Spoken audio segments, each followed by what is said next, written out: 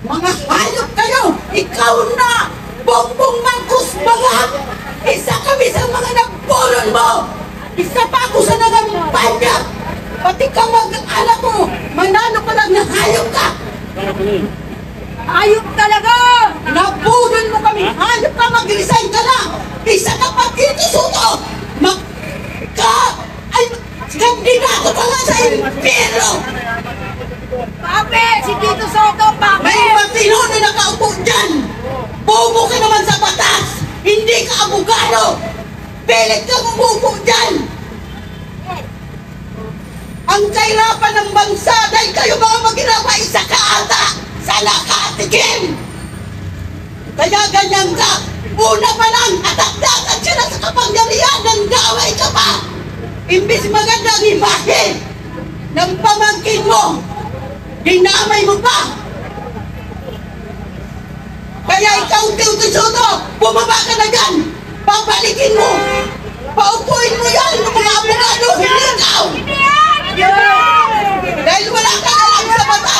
Pa-English ka lang, magaling ka! Pero sa batas, bubo ka! Ayaw natin yun! At ang sagot ng taong bayan, ang tao, ang bayan, ngayon ay lumalaban. Ang tao, ang bayan, ngayon ay lumalaban. Ang tao, ang bayan, ngayon ay lumalaban.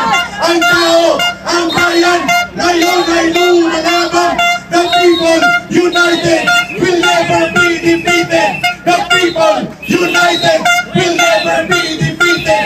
The people united will never be defeated. Tumatagundong ang boses ng sambayanang Pilipino. Manginginig ang mga magnanakaw. Papalapit na ang pag-uukom ng taong bayan. Maniningil na ang sambayanang Pilipino.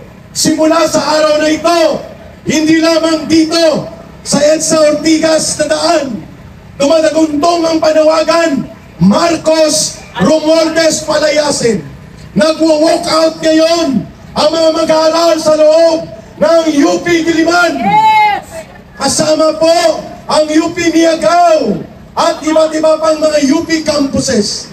Tinawag din po nilang Black Friday protest ang kanilang pagkilos na ito. Kanina po, naghahanda na ang mga retired military and police na mga general at mga colonel. Sa Lunes po ay magkakaroon ng pagtagundong papunta sa House of Representatives. Ipapadlock na at isasarado na ang House of Crocodile. Sa Lunes po, wala na ang Kongreso ni Tambaluslos. Symbolic na ipanawagan ng taong bayan. Papadlakan na ang bahay ng mga magnanakaw at hahatulan sila ng taong bayan. Pero bago dumating ang paghatol na yan, sa bukas din po, marami ng grupo ang magpaparticipate at magdadagsa sa iba't ibang lansangan dito sa buong Kamaynilan. At ang panawagan nila, Marcos Romualdez palayasin! Marcos Romualdez palayasin! Marcos Romualdez palayasin! Ayan, alas 4:45 pa lang, hindi pa alas 5, may ulan pa partida yan. Ang taong bayan galit at nananawagan ng pagkakataon ng buhos ng kanilang damdamin ay muling sumiklap upang ang katarungan at katuwiran ay mangingibabaw sa ating bansang minamahal. Lahat ng nandito sa paligid po ng area ng EDSA Ortigas, hindi po ito tungkol lamang sa mga Duterte. Hindi po ito tungkol sa kulay ng politika. Ito po ay tungkol sa ating henerasyon at sa mga kabataan na mga Pilipino na minamahal natin at ninanais natin sila ay hindi magmamana ng isang gobyernong pinaghaharian ng mga magnanakaw. At the count of 5 to 0, sisimulan natin ang unang buwelo ng ating pag-iingay na ang ating mensahe. Ang tao, ang bayan, ngayon ay lumalaban. Ang tao, ang bayan, ngayon ay lumalaban. Ang tao, ang bayan, ngayon ay lumalaban. 5, 4, ilabas ang mga pito, ang mga paltog at pag-ingay. 5, 4, 3, 2, 1, go!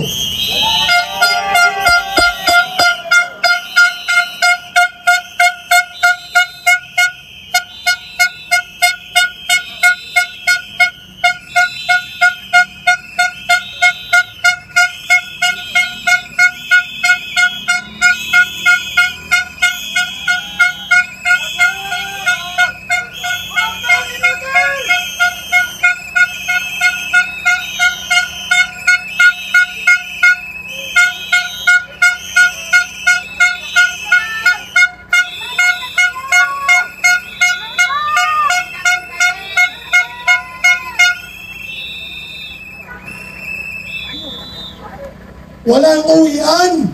Kaya? Kaya! May tubig tayo. Yes! May skyflakes.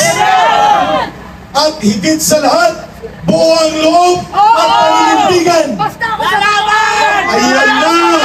Hala ka Marcos. Hala ka Romualdez. Hahabulin ka ng nagkagalit na sambayan ng Pilipino. Malapit-lapit na ang araw ng paghuhukom. Laban para sa bayan!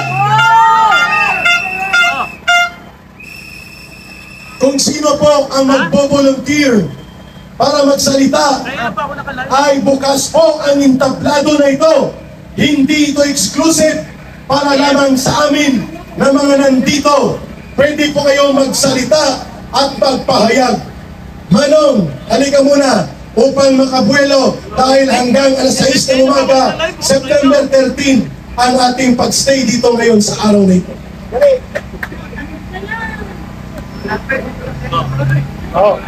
At ang sino pa mag-volunteer, pwedeng lumapit dito kina Ka-Eric para sa ating pagpapahayag pagkatapos ni Manong. O sige, si Manong muna, ikaw sunod. Prepare. Ilabas niyo po ang inyong mga saloobin. Ayan, Manong.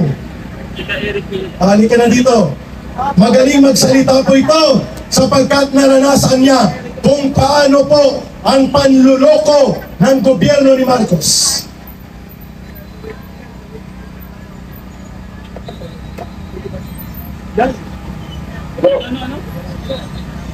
Magandang hapon, Pilipinas!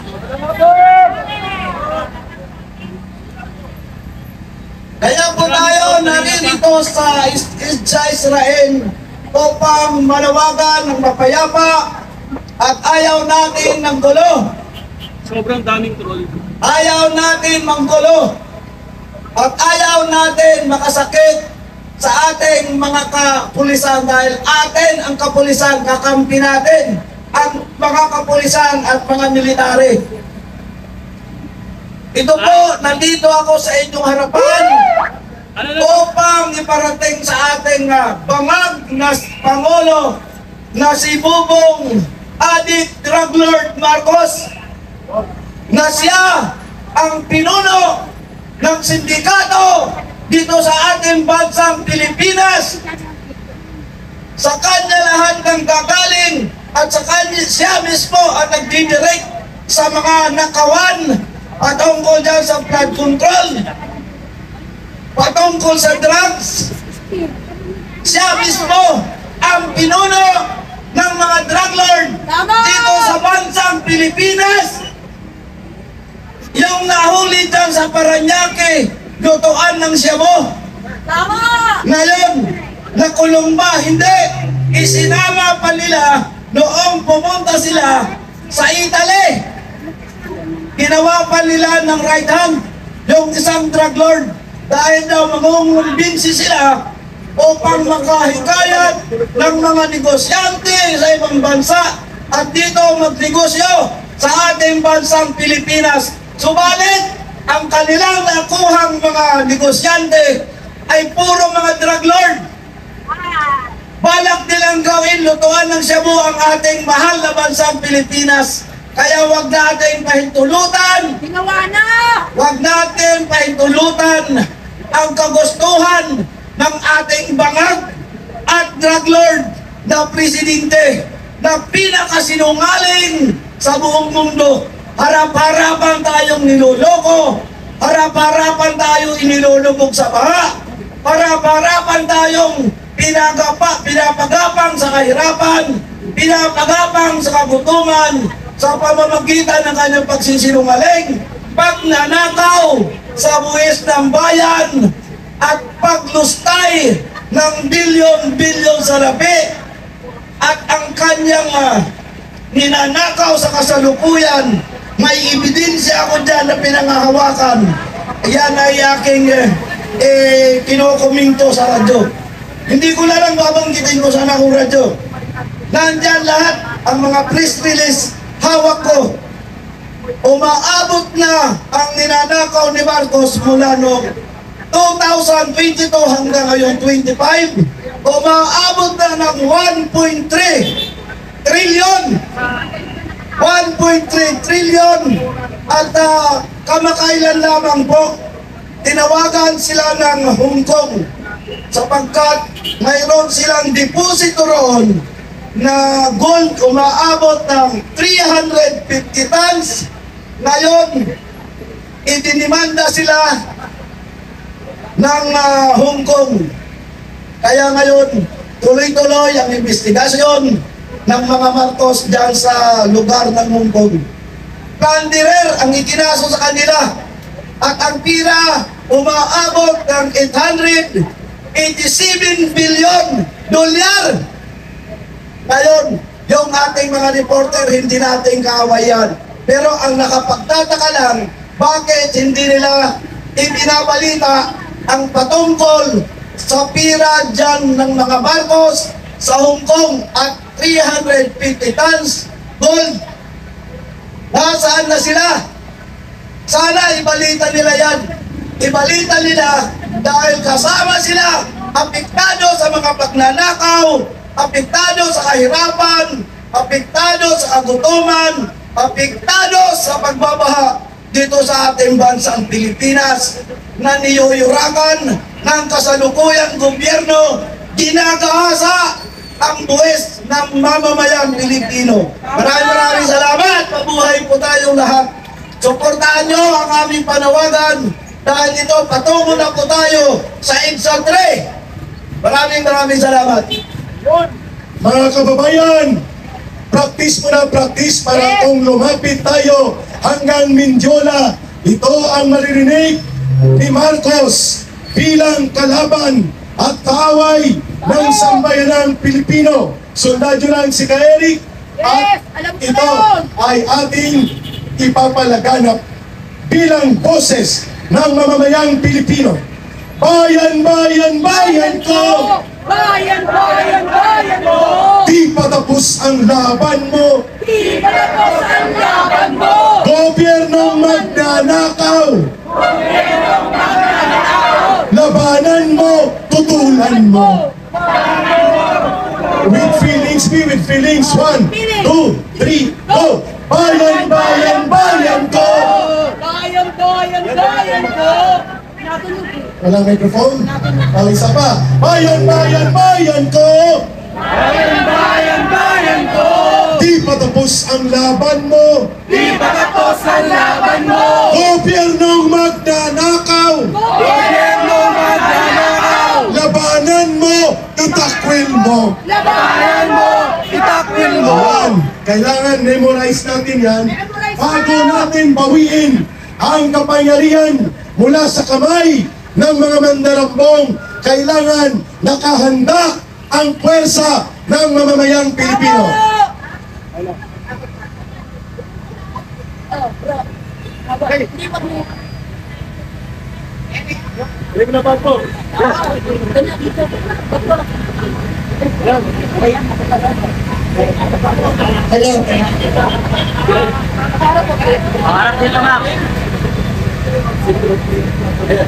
Hello mga kababayan ko, nandito ngayon tayo sa Robinson. Lagi tayong nandito since last year pa, pero nandito pa rin tayo ngayon. Alam naman natin ang pinaglalaban natin ay iisa lang. Walang iba kundi si BBM. BBM, bumaba ka na dahil ikaw ay weak leader. May dala ka pang bagahe, kaya hindi kita binoto bilang Pangulo. Dahil ikaw ay isang weak leader. Anong ginawa mo sa amin? Nilulumbok mo kami sa kumuloy ng kahirapan. Bakit hindi ka pa bumaba? Ano pang ginagawa mo? Ang kakapal ng mga mukha nyo, hindi na kayo nahiya. Lahat ng nangyayari, itinitwist ninyo. Pero hindi nyo kami maloloko. Ang maloloko nyo lang ay yung mga binabayaran nyo. Hindi. Dahil ako, since matagal na, hindi ko talaga gusto ang mga Marcos. Wala akong gusto sa mga Marcos. Dahil lagi ko tinatandaan ang sinabi ni Pangulong dating presidente na si Tatay Digong, huwag basta ako. Sinabi ko sa inyo yan, weak leader. So anong ginawa nyo? Pinabayaan nyo pa, pinaupo nyo pa sa Malacanang. Hindi ba hindi nyo ba naisip yung sinabi ni Pangulong Duterte? Basta ako, hindi ako nagkulang sa inyo. Pero binoto pa rin. So ngayon, ano nangyari? Di ba tama si Tatay Digong? Ayan, nangyayari na. Anong nangyayari na? 3 years pa lang ha. Sa 3 years na yan, ang dami ng mga hindi magandang nangyayari sa bayan natin. Bakit ngayon? Nandiyan pa rin kayo. Bumaba kayo, lalo ka na si Tambaluslos at si Saldi ko ha. Huwag kayong ganyan dyan. Kasi kayong lahat ay makakasagwat. Kayo ang punot dulo. Kung hindi nyo pinirmahan, yung mga gaan ng year 2025, hindi mangyayari yan. Tapos sasabihin nyo, wala kayong alam. Bakit wala kayong alam? Naging Pangulo ka pa. Ikaw, Bongbong Marcos, lahat ng sinasabi ng mga nakapaligid sa iyo at yung mga gabinete mo, pag nagkamali yan, pagkakamali mo na rin yan.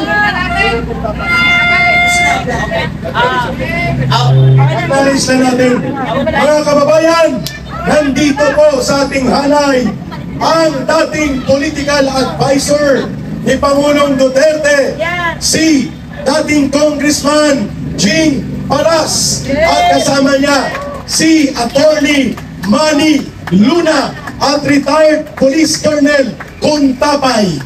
Congressman Jing, you may address the crowd to inspire and unify them. Magandang hapon po. Maraming salamat. Ang ating tunay na lumalaban para sa taong bayan, ka Eric Celis. Kami po ay nagagalak na pumunta dito ngayon kaharap ang ating mga ordinaryong mga kababayan na mga biktima ng kabulastugan nitong Pangulo na ang tinatawag ni Presidente Duterte sa kanya ay isang drug addict at bangag. Sinabi ni Presidente Duterte nung una naming rally doon sa Davao na napakaraming tao, at sabi ni Presidente Duterte nung tinanong siya kung susuporta ba kay Marcos Jr., sabi niya, I am sorry kasi he is a weak leader. He is a drug addict. Tama! Weak leader talaga! Kaya nga ngayon mga kababayan, dahil sa sinasabi ni President Duterte, nasa kangkungan ang ating bansa, mga kababayan. Sinasabi ni Marcos kamakailan doon sa State of the Nation Address or SONA, sinasabi niya doon sa mga nakapaligid, nakaharap niya doon sa Kongreso, pahiya naman kayo. Kasi daw, naanod ang mga proyekto sa flood control. Pero, ang tanong, Marcos, bakit mo kinakaila at sila ang pinagbintangan mo?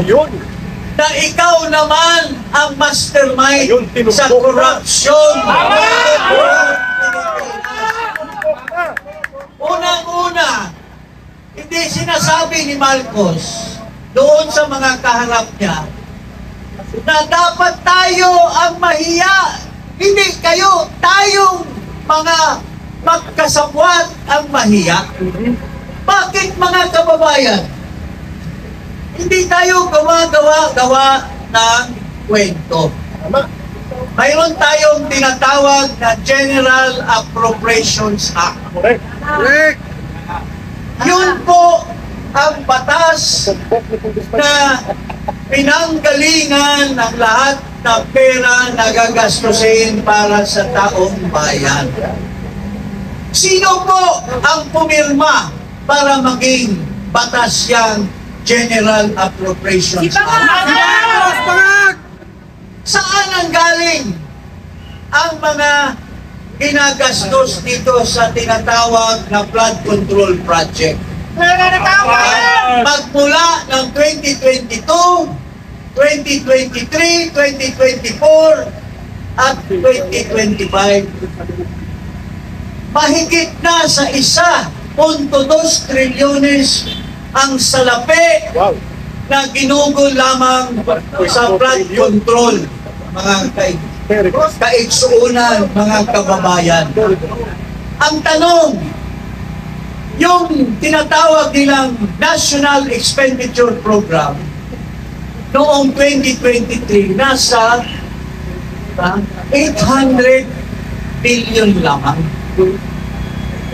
Pero, pagdating sa Kongreso, pagdating sa BICAM, at pagdating doon sa tinatawag na General Appropriations Bill, bago ipresenta kay Marcos, nagiging 1.1 trillion na. Wow. From 800 billion. Insertion! Kung ikaw ang Pangulo, kung ikaw ay hindi bobo, kung hindi ikaw hindi istupido, kung ikaw ay hindi tamad, at pinag-aralan mo yung trabaho mo, hindi mo dapat palusutin yung siningit na 300 billion. Correct. Pero anong ginawa ni Marcos? Correct. Pinaubayaan niya at pinirmahan niya. So, Kasi nga walang tulog, ate. saan yung mga pera na yon ginasta at pinagpartihan ng mga congressman, mga DPWH employees, at ang mga Go ahead. kontratista. Hindi siya tumigil noong 2024. Pinagyabang niya na 5,500 flood control projects. Nagpalakpakan ng lahat. Kasi daw may 5. Pero ang Diyos ay hindi natutulog. Pinaulan, pinabaha. Sinablahan na tayo. Walang 5,500 projects ang naiwan. Yun.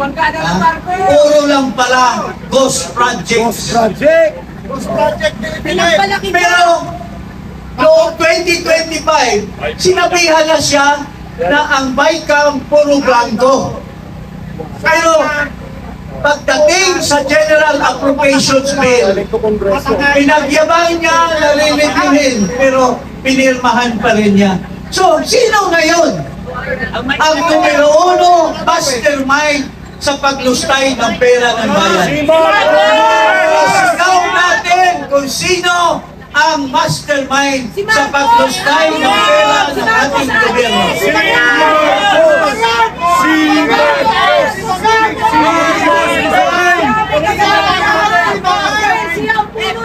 So, mga kababayan,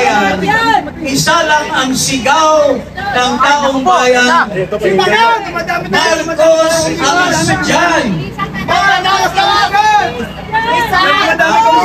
Ang sigaw. At hindi lamang ito ang rally ngayon, itong Black Friday. Tuloy-tuloy na ito. Ha? Dumami na, dumami. Walang pili. Walang pili ang taong bayan kung ano ang ideolohiya mo, ano ang relihiyon mo, ano ang pinag-iisipan mo. Isa lamang ang sigaw ngayon ng lahat nating mga kababayan. Marcos, ikaw ang pinanggalingan ng lahat ng kabulastugan ng bansa natin. So mga kababayan, isa tayo. Mga kababayan, magbuklod-buklod po tayo. Mga kababayan, isa lang ang sigaw ng ating mga Pilipino. Marcos Alistian Marcos. Wala na siya. Pag-asa ang bansa dahil papunta na tayo sa kampungan, mga kababayan. So dito na lamang, marami pang magsasalita. Hindi naman ito ang pinakahuli. Dami na kabayan dito. Isa sa pinakauna na rally na ating panawagan si Marcos. Bakit yan ang hinaing ng taong bayan? Naghihirap ng mga kababayan natin. Halos hindi makakain ang isang meal sa isang araw. So, magkaisa po tayo. Okay ba tayo magkaisa? Okay ba tayo magkaisa? Ano? Sigaw ng bayan na yan. Marcos Alistian! Marcos Alistian! Marcos, bangag! Tayo po ay nananawagan. Yan na!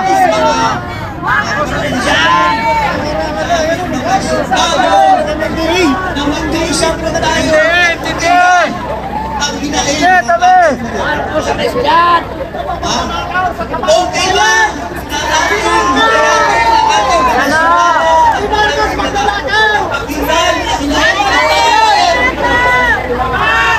Okay. So dito na lang po.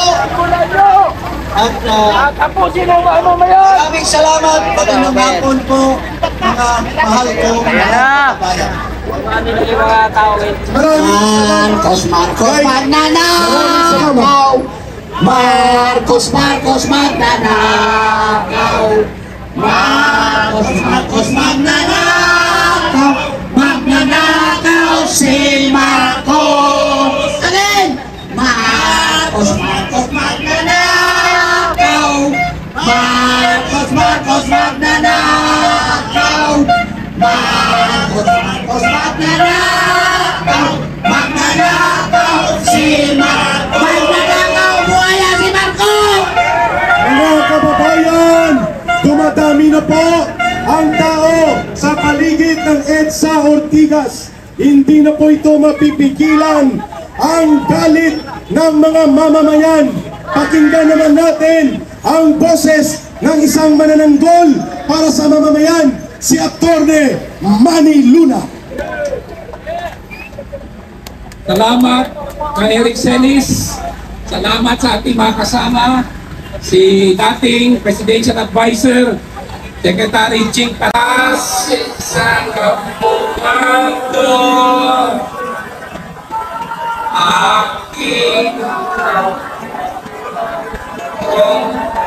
company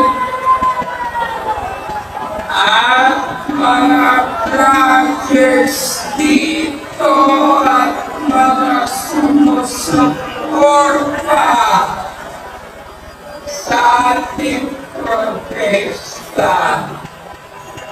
Pangalawang beses na ito na nagsalita